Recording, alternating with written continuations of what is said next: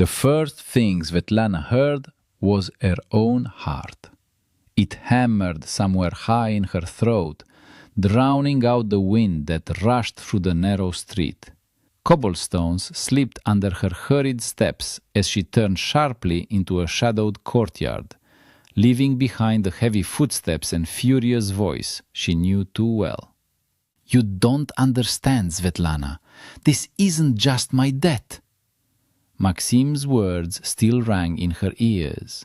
She pressed her back against the cold plaster wall, forcing herself to breathe. The air smelled of wet stone and distant smoke. Her elbow still throbbed where his fingers had dug into it moments earlier on the narrow sidewalk. "Let me go immediately.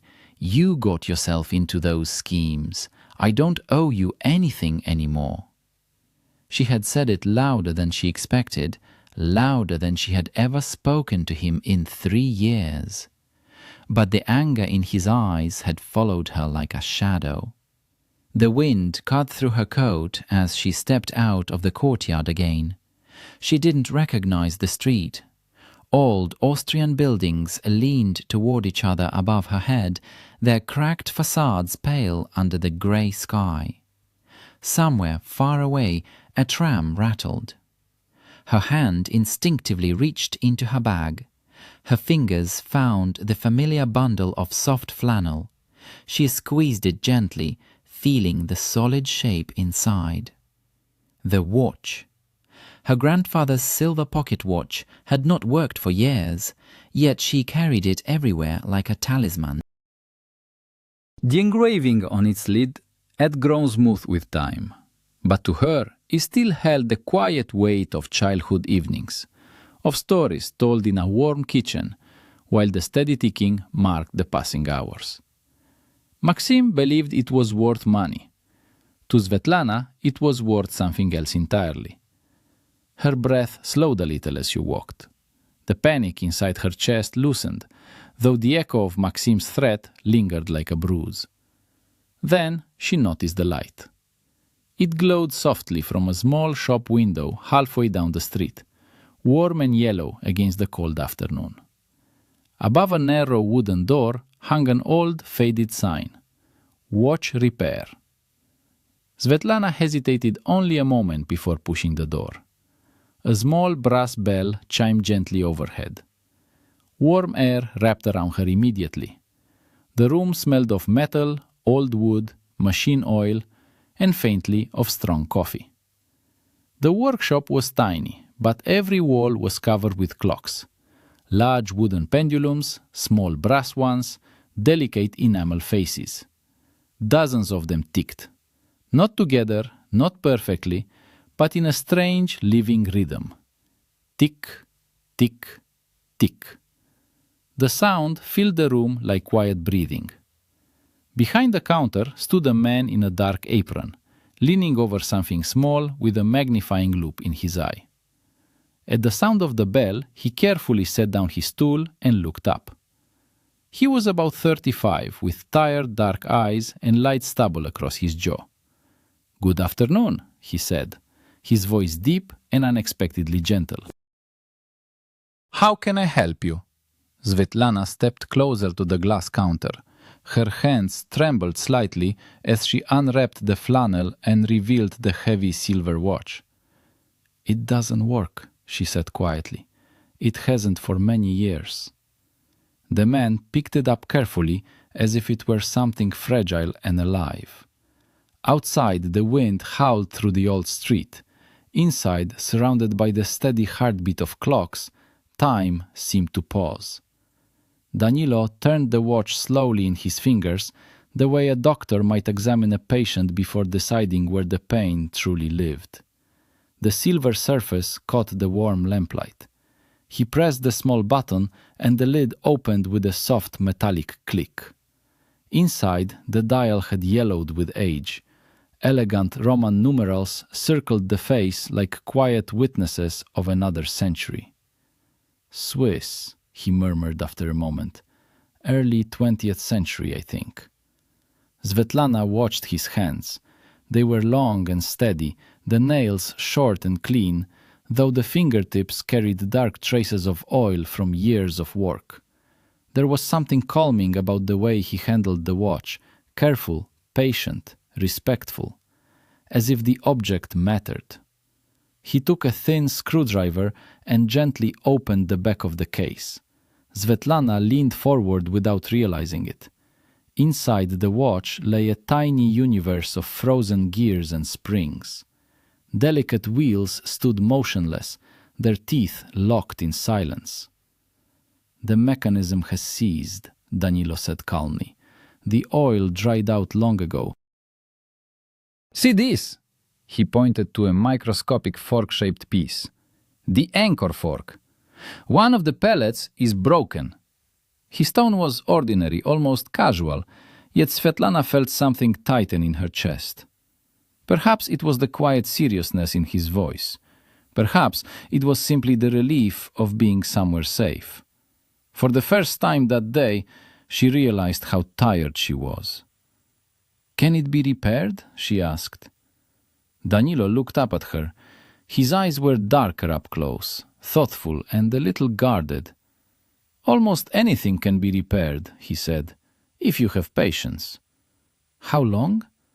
He considered. "Finding the part will take time. Maybe a week, maybe more.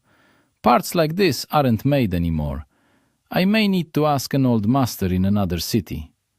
"That's all right," she said quickly. Her voice surprised even herself.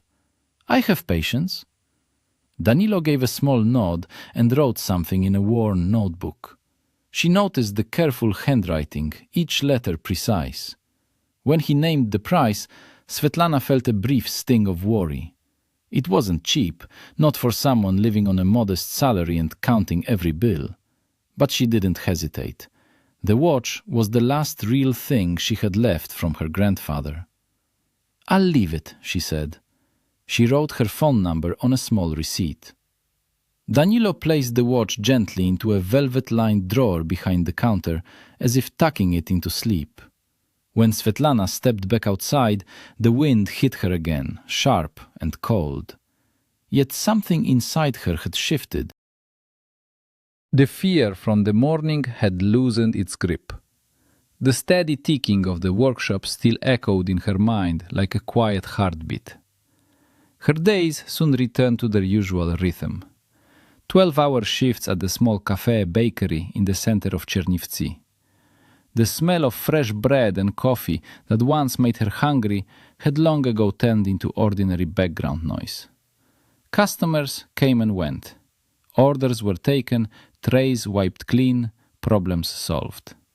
Life moved forward, mechanical and predictable.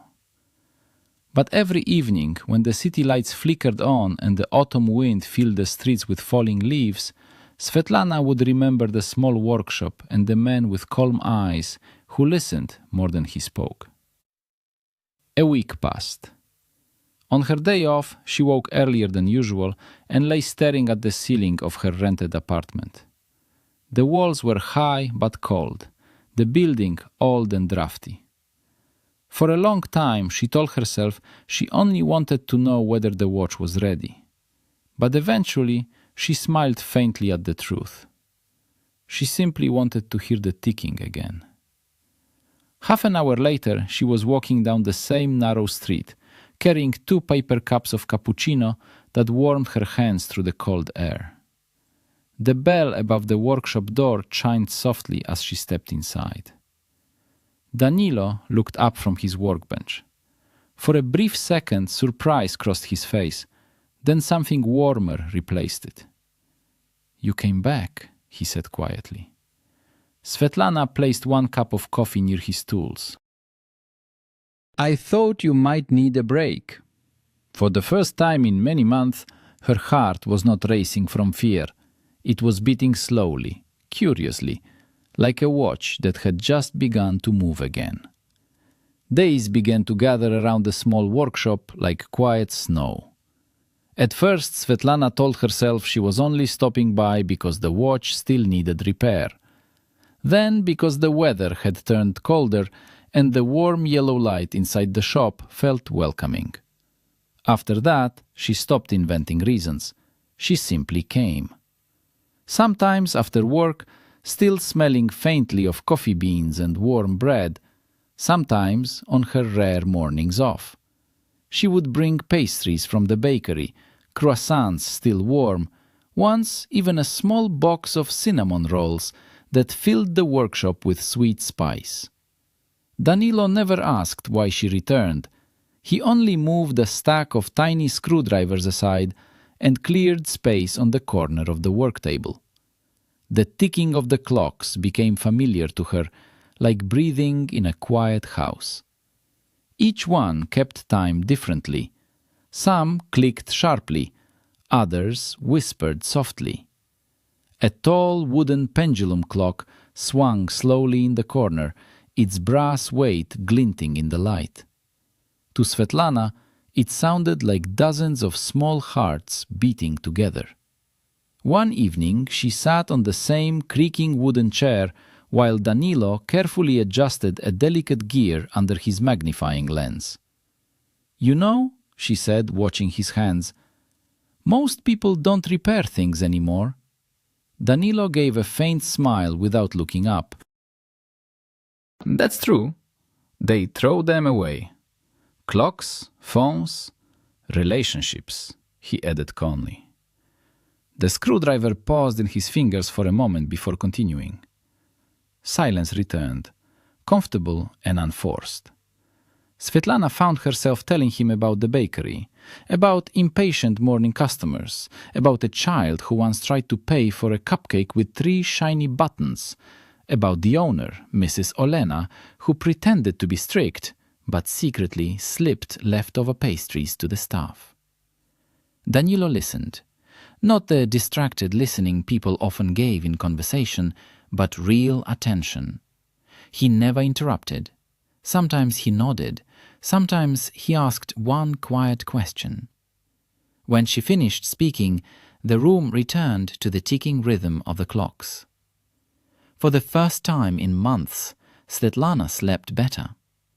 The tight coil of anxiety that had lived inside her chest for so long slowly loosened. Even the threatening messages from unknown numbers became less frequent. Maxime seemed to have disappeared from her life like a storm that had finally moved beyond the horizon. But storms rarely vanish so easily. One late evening, after a particularly long shift, Svetlana walked down the dark street toward her apartment building. The city felt unusually quiet. A cold wind carried the smell of rain through the courtyard. She slowed when she saw the figure leaning against the entrance door. Even before the streetlight revealed his face, she knew. Maxime. He straightened when he noticed her. The cigarette between his fingers dropped to the ground, glowing briefly before dying on the wet pavement. "Well," he said with a crooked smile, "look who finally came home." Svetlana stopped several steps away. Her heart began to pound again, hard and fast, just like that morning a week ago. "What do you want?" she asked. Maxime walked closer.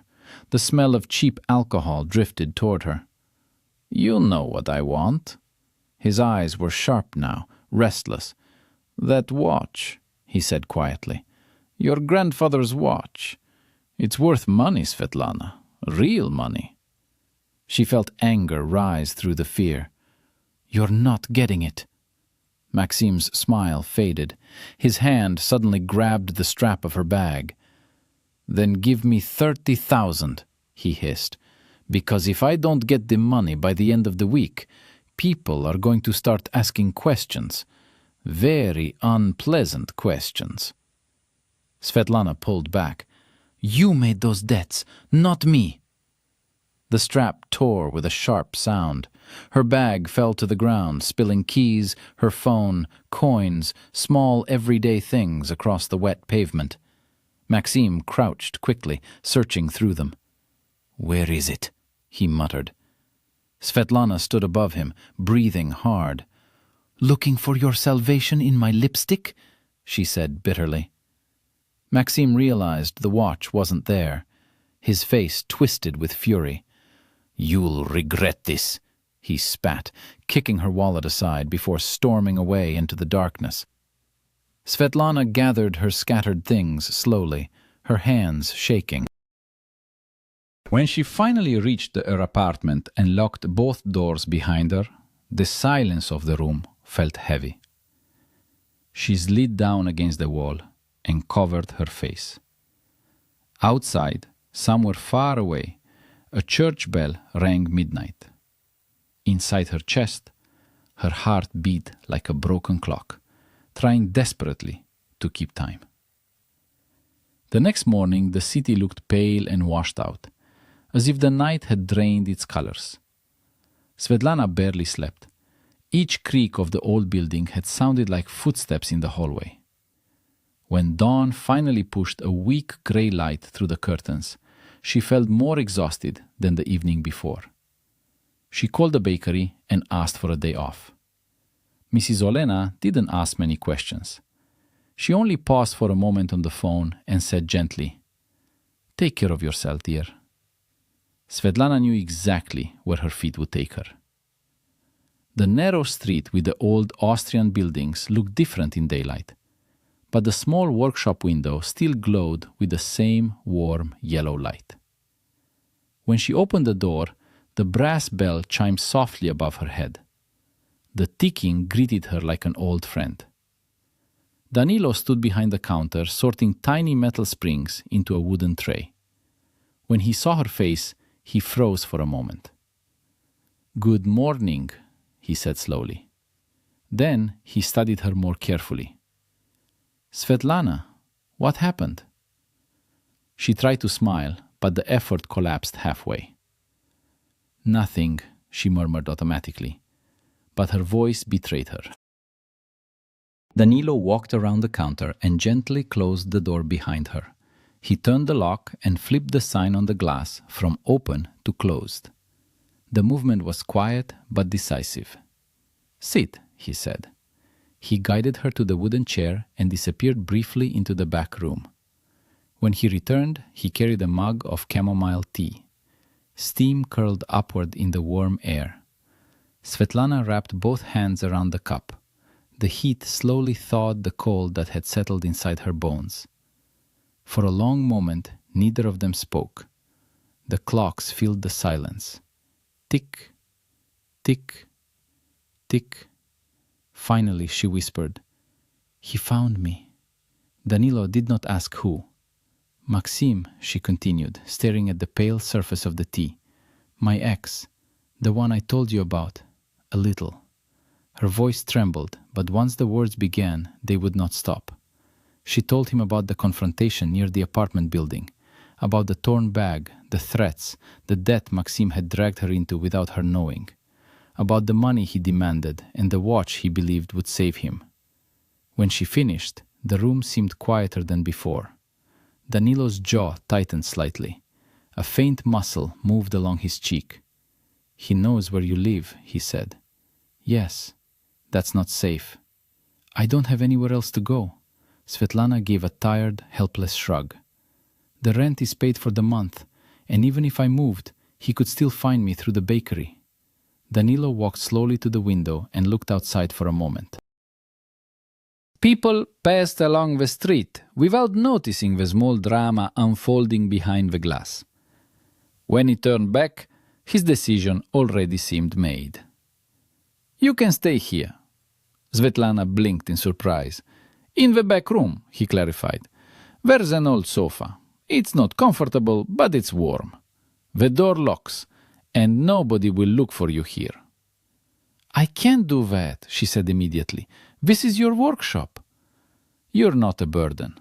His voice was calm, but there was a firmness in it she had never heard before. "You just need a few days to breathe." Svetlana studied his face carefully.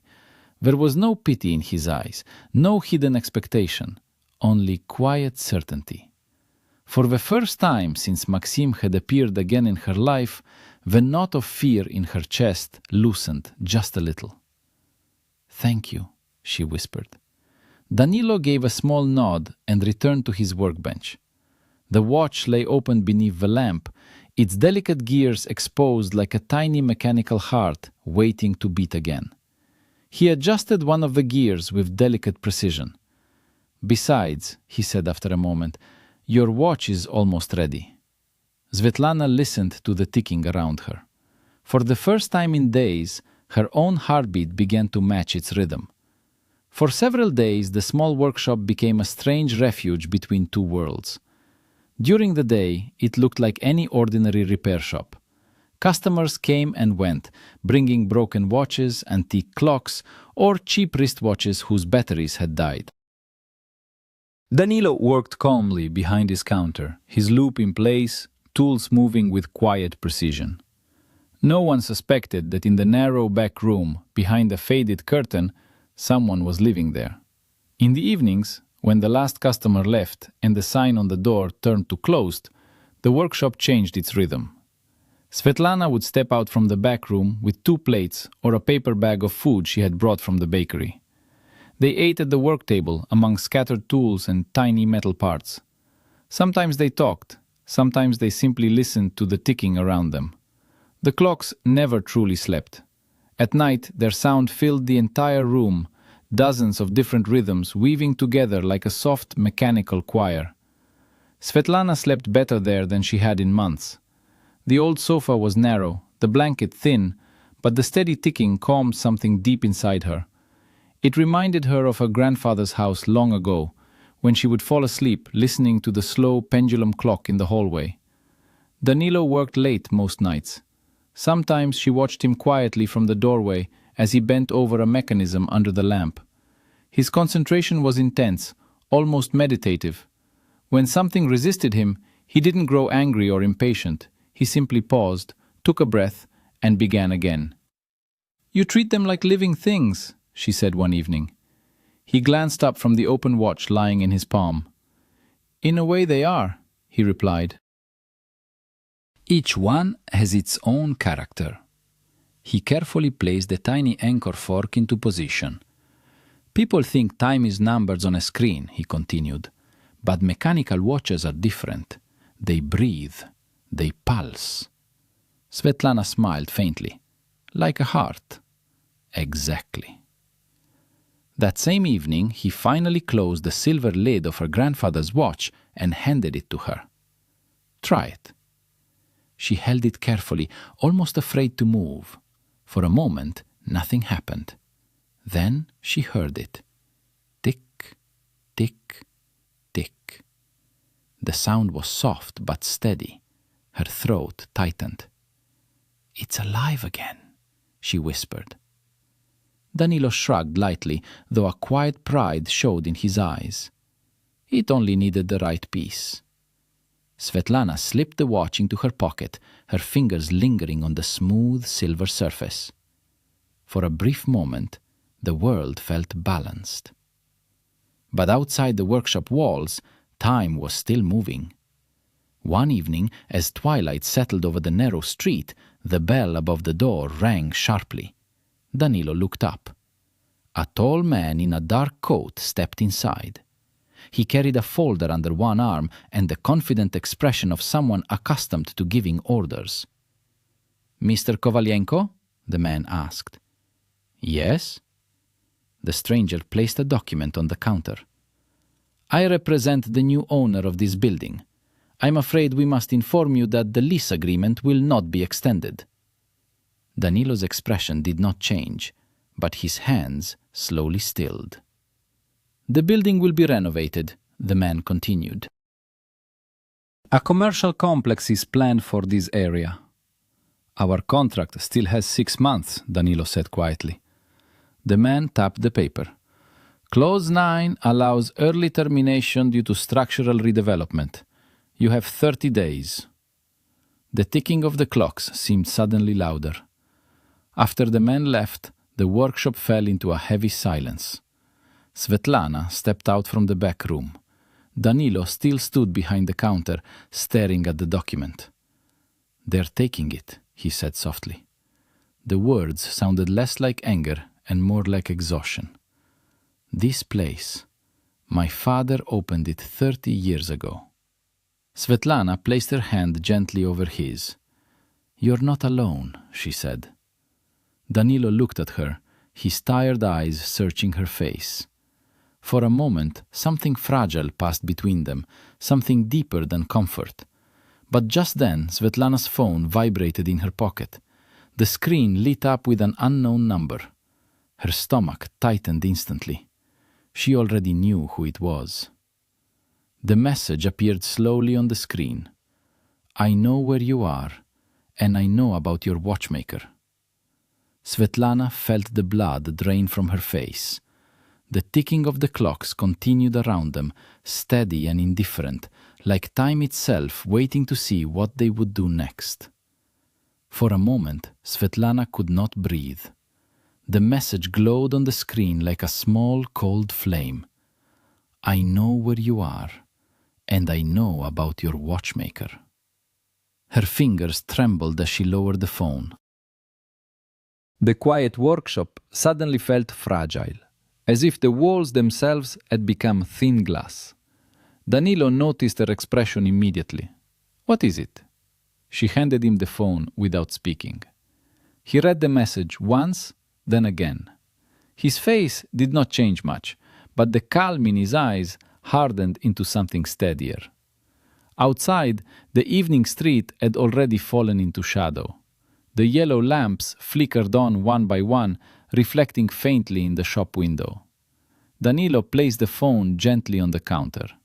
He's trying to scare you, he said. He always does more than that. Svetlana's voice was quiet but certain. For a few seconds, neither of them moved. The clocks on the walls continued their patient chorus. Tick, tick, tick. Danilo suddenly walked to the door and turned the lock. Then he lowered the metal shutter halfway over the window. Pack the important things, he said calmly. Svetlana felt her stomach drop. You want me to leave? Danilo looked at her, surprised. No, he said firmly. We're leaving together. She stared at him. This place isn't safe tonight, and I'm not letting you face him alone. There was no drama in his tone, no heroic speech, just simple certainty. They moved quickly. Svetlana gathered the few belongings she had in the back room. Danilo carefully placed several small wooden boxes of delicate tools into a bag. Finally, he lifted the velvet drawer and took out her silver watch. He held it for a moment, listening to its quiet rhythm. Then he handed it to her. Keep it close. They slipped out through the back courtyard into the cold night air. Across the city the streets were quiet, the autumn wind carrying the smell of rain and distant smoke. Danilo called a taxi, and neither of them spoke during the ride. But something had changed. Svetlana no longer felt like she was running away alone. The next weeks moved quickly. The police finally had reason to act when Maxim tried to force his way into the workshop one night, smashing the window in drunken rage. Neighbors called the patrol before he could escape. His threats, the broken glass, and the earlier report were enough. For the first time in months, he was someone else's problem. The workshop itself could not be saved. A month later, the narrow street stood behind construction fences. The old building waited silently for demolition. Yet time, as Danilo often said, rarely stops. It only changes its rhythm. On the outskirts of Chernivtsi, in a small ground-floor space between a grocery store and a shoe repair shop, a new sign appeared. Watch repair. The room was smaller than the old workshop. The ceilings were low, the walls freshly painted, the furniture simple. But the clocks had returned. The wooden pendulum from the corner, the brass travel clock, even the old bell above the door. When Svetlana pushed it open one cold November afternoon, it chimed with the same familiar sound. Daniel looked up from his workbench, the loop still in his eye. He removed it and smiled, the quiet, warm smile she had come to know. "You're early today." She placed 2 cups of coffee on the table. I thought you might forget to take a break again." Danilo laughed softly. Outside, the grey city moved through another ordinary day. Inside, the clocks ticked steadily along the walls. Svetlana slipped her hand into her coat pocket and felt the cool silver surface of her grandfather's watch. It ticked perfectly now, not loudly, just enough to remind her that time, like the human heart, sometimes needs repair, but it can start again. And when it does, every second becomes something precious.